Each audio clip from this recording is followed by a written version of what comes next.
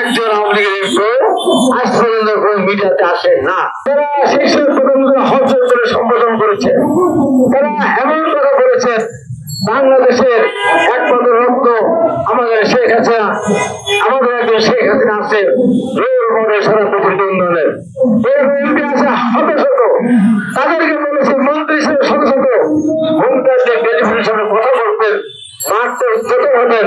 আমি বলেছি একজন আওয়ামী লীগের এমপিকে আনেন, তাকে বলেন যে হাইমান হাবিব আপনাকে চকশোতে আসতে বলেছেন বিরাট একটা ধারণা তরবারি নিয়ে, আপনি সাহস করে আসতে পারেন। হাইমান হাবিব দাঁড়িয়ে থাকবে, তার ডান হাত কাটবেন, বাম হাত কাটবেন, কান কাটবেন, চোখ উঠিয়ে দিবেন, শেষ করলে এক করতে তার মাথার থেকে ধর বিচ্ছিন্ন করে দিবেন। হাইমান হাবিব অনড় থাকবে। আসেন একজন এমপি, একজন আওয়ামী লীগের এমপি আজ পর্যন্ত কোন মিডিয়াতে আসেন না। এমন প্রার্থনা করেছিল শুধু কি আওয়ামী লীগের নেত্রী এবং প্রধানমন্ত্রী পাঠিয়েছে, তুমি বলে খাওয়ার না খেয়ে দেশ থেকে পাঠিয়েছে।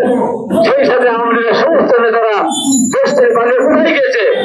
ভারতে গিয়েছে, ভারতের অবস্থান নিয়েছে। আমরা পরিষ্কার করে বলে ভারতে বসে যত ষড়যন্ত্র করবে না কেন আওয়ামী লীগকে আর রাষ্ট্রের ক্ষমতা আনতে পারবে না। পরিষ্কার বক্তব্য। ভারত যত ষড়যন্ত্র করবে না কেন বাংলাদেশকে নিয়ে আর সিনেমিনে খেলতে পারবে না। আমরা বাংলাদেশের 16 কোটি মানুষ, আমরা এখানে অনেক বক্তব্য বলেছেন সীমান্ত এলাকায় বা বিভিন্ন কলেজ, স্কুল, বিশ্ববিদ্যালয়ে আমাদের লক্ষ লক্ষ কোটি কোটি ছাত্র পড়াশোনা করে।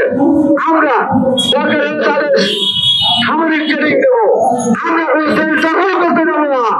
কিন্তু আমাদের দখল করতে আসলে ওই রোমানের যেমন জবাব দিয়েছিল সেই জবাব আমরা দেওয়ার জন্য প্রস্তুত আছে, সেই সক্ষম আমাদের আছে বলে আমরা বিশ্বাস করি। তাই বন্ধুরা, আজকে এই গর্ববাড়ি দিবস অবশ্যই আমাদের গর্বের একটা দিন। এই দিনে আমাদের মিডিয়া মাথা উঁচু করে দাঁড়িয়েছিল। ভারতের বিশাল বিজেপি, ভারতের বিশাল সেনাবাহিনী, বিশাল তারা চর্চা করেনি। আমরা পরিষ্কার করে বলতে চাই আজকের দিনে আমাদের শপথ হোক, আজকের দিনে সরকারকে বলতে চাই মাথা সোজা করে দাঁড়ান, আমরা আপনাদের পাশে আছে। আমাদের নেতা তারেক রহমান বলেছেন আপনাদেরকে যে কোনো মূল্যে সফল করতে হবে। আপনাদের সফল করার মধ্যে দিয়ে এই দেশে গণতন্ত্র বিকাশ লাভ করবে। আপনাদের গাড়তে হন, গণতন্ত্র আবার গাড়তে হবে। তাই কোন ষড়যন্ত্রে পা দেওয়া যাবে না। আপনাদের কোন ষড়যন্ত্র, দেশের কোন সাংবাদিক, দেশের কোন প্রতিনিধি কারোর কোন ষড়যন্ত্রে পা না দিয়ে বাংলাদেশ সামনের দিকে এগিয়ে যাবে। আর এগিয়ে যাওয়ার ক্ষেত্রে একটা সুন্দর, সুষ্ঠু, অবাধ, নিরপেক্ষ নির্বাচনের ব্যবস্থা করতে হবে। বাংলাদেশের মানুষ 17.5 বছর, 18 বছর এদেশের মানুষ ভোট কেন্দ্রে যেতে পারেনি।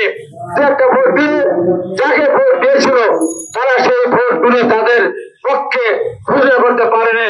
তাই মানুষ চায় তার নিজের ভোটটা প্রয়োগ করতে।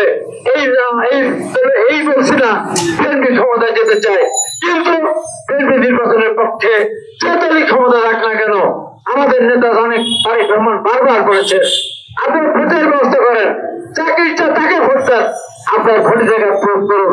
এই ভোটাধিকার সেদিন ভোটাধিকারের যে ক্ষমতা, সেই ক্ষমতা প্রয়োগ করতে না কারণে ভোটের ফলাফল মেনে না নেওয়ার কারণেই কিন্তু 1971 সালে যুদ্ধ করে